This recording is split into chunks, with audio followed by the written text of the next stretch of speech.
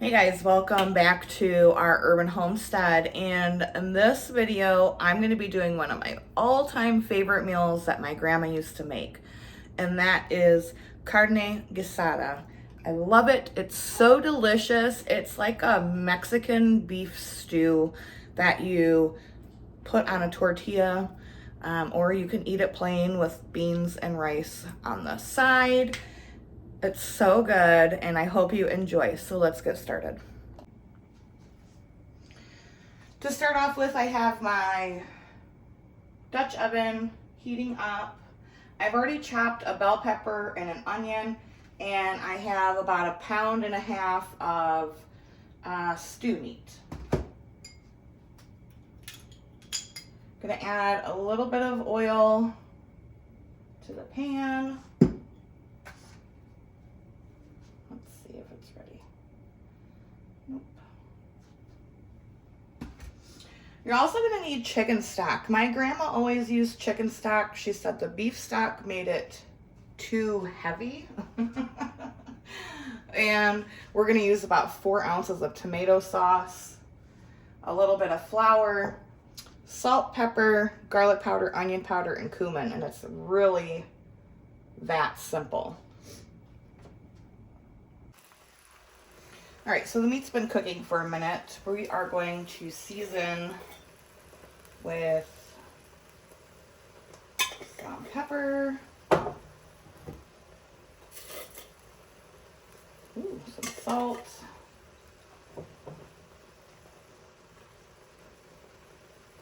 onion powder, garlic powder, and cumin. Do not be shy on the cumin. That is one of the main flavors of this dish.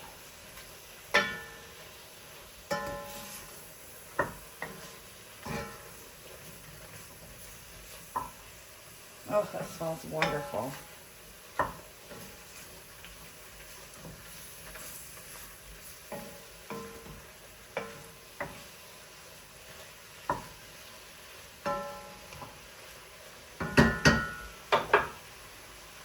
I'm going to take some flour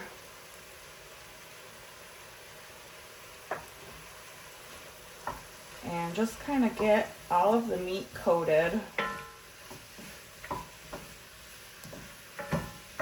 And this is going to help it thicken as it cooks, because we're going to cook this low and slow for about 2 hours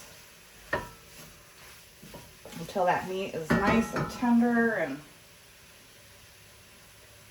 yum.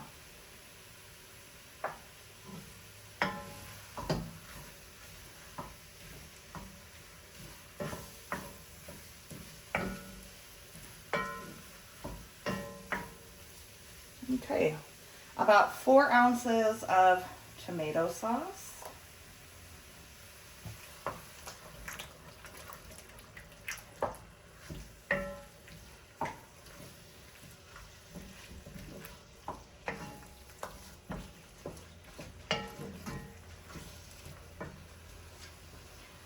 And chicken stock.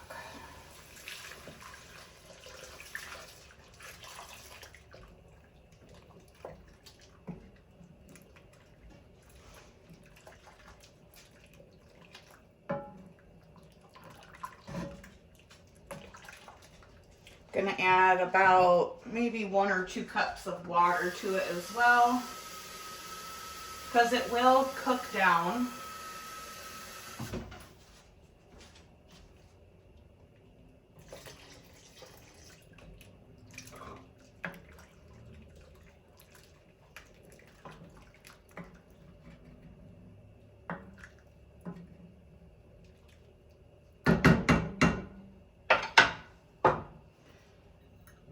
I'm gonna cover it and let this cook for the next couple hours. I am lowering the heat to medium low. So to go with the carne guisada, I'm going to be making refried beans and rice, and I thought I would show you how to make some killer refried beans. And I'm gonna be using my Instant Pot. These are so simple. All you need is 1 heaping cup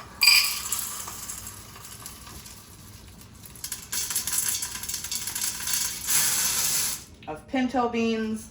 When I buy my beans in bulk, I already, I go through them, I sort them, I rinse them, I lay them out to dry, and then I put them all back into whatever container I store them in.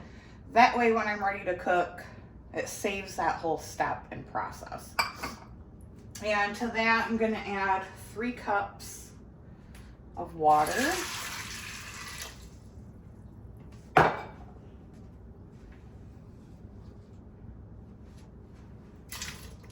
A chopped onion.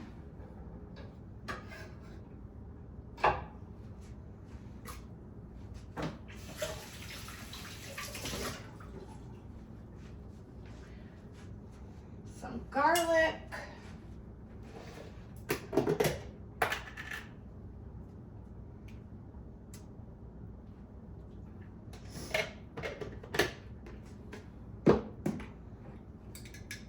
A bay leaf.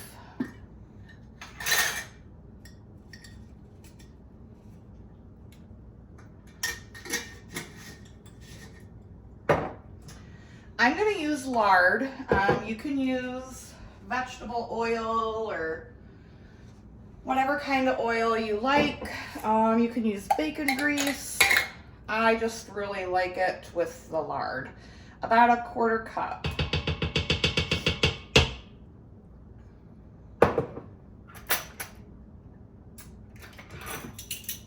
We're going to do 1/4 teaspoon of baking soda. I don't know why, it's just how my grandma always made the refried beans. I'm not quite sure why, and I never asked her, so I just did like she did. Now you can certainly chop up a jalapeno and put it in there as well. This is a 1/2 teaspoon of salt. If you want to chop up a jalapeno, go ahead and do that.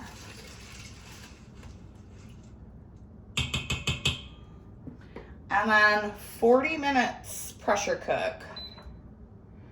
And I mean, that is it.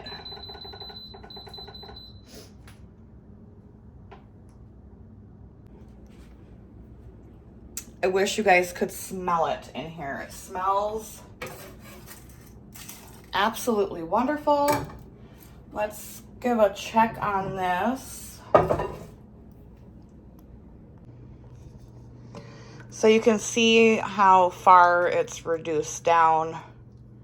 Still not quite thick, so I might have to thicken it with like a cornstarch slurry, or you can use a flour slurry. But the meat is almost tender. Not quite there. It smells absolutely wonderful. So it's been 40 minutes. I let it do a natural release. I've taken the bay leaf out. We're gonna taste the, well, we aren't. I'm going to taste the broth just to make sure the seasoning are correct and see if it needs anything.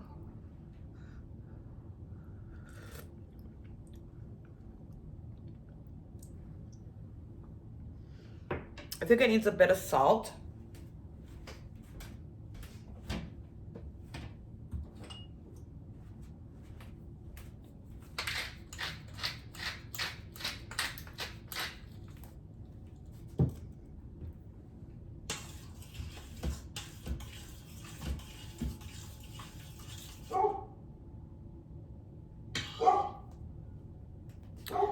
I wish you guys could smell it in the house.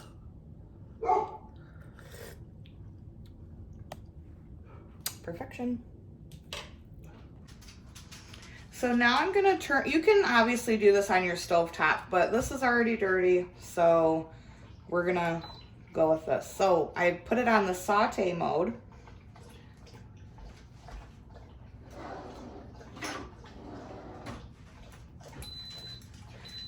And we want some of this liquid to evaporate. So I'm gonna let this come up to a boil, and then we'll start mashing it with a potato masher.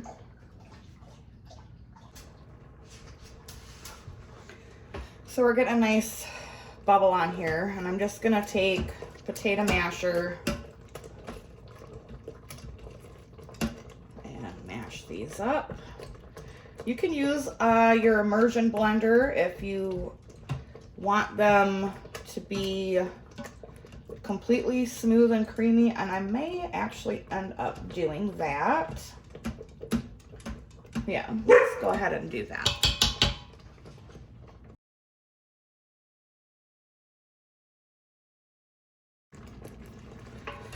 And then I'm just gonna kind of stay over these and stir it for the next, I don't know, maybe 10 minutes until they reach the desired thickness that I like them.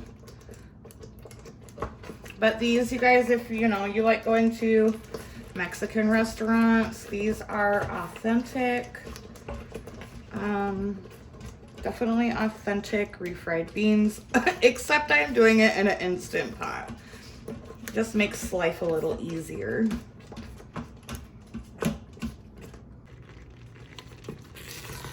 So it's been about 10 minutes and I've cooked some of, cooked it down a little bit, got some of that liquid out. And this is the consistency that I like my refried beans. Let's give it a taste. I need to taste it because beans do really need quite a bit of salt. They, absorb the salt a lot, and we only started with a half a teaspoon. But it's important to not dump a whole bunch of salt in prior to cooking, because then it'll just be too salty. You need to salt as you go.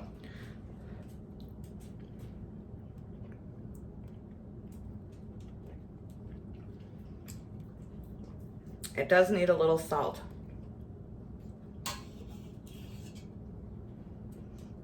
But can you see how they thicken up a bit? Oh, I'm gonna add a little bit of salt. So the last thing I have to make for this meal is the rice. And again, if you like eating in Mexican restaurants, I'm gonna share the secret ingredient with you that they use to make their rice. It's very, very simple. Sorry, I had to open up my bag of rice. So, I'm gonna do a cup and a half of rice.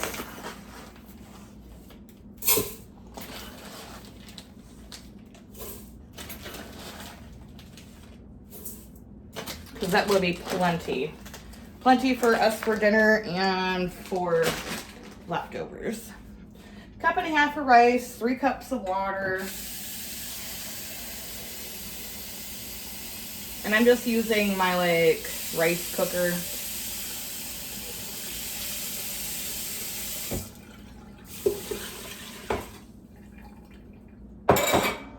This is the secret ingredient, you guys, and it's very inexpensive. This is what you need to get that Mexican restaurant rice.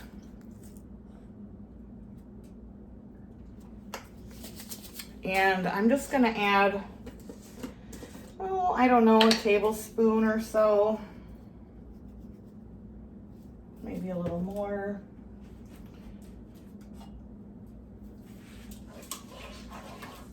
I can usually tell by the look of it. Yeah, that looks good. I'll show you guys, hold on.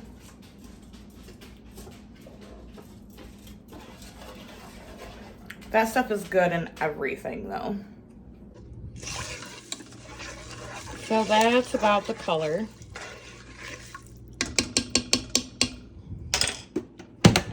And then I just turn it on and hit quick rice. Okay guys, so like I said, this is not, I didn't put enough flour when I made it. So we are gonna thicken it up with just a little cornstarch slurry. I'm waiting for this to come to a semi-boil.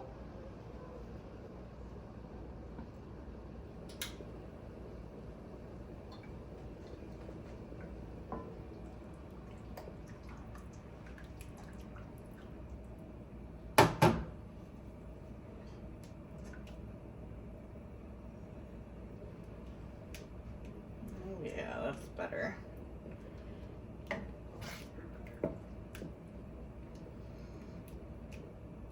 Because like I'll take, you know, like this, and April will probably put this in a tortilla, but I like putting some of the sauce over my rice.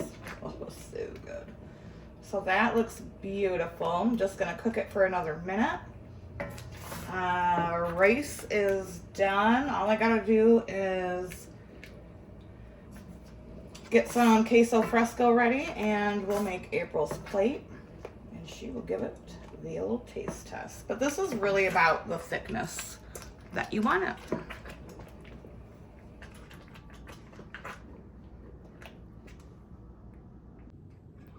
Yes, I know I could have added way more beef, but you know what? Times are tight, and 1.5 pounds of the beef is fine. It's all about making your meal stretch. So I don't mind it a little stewier because I can eat that literally as just a bowl of soup. Oh, so good. Tomorrow. So Is this what I think it is? it is. Oh. Oh my god, I'm so excited.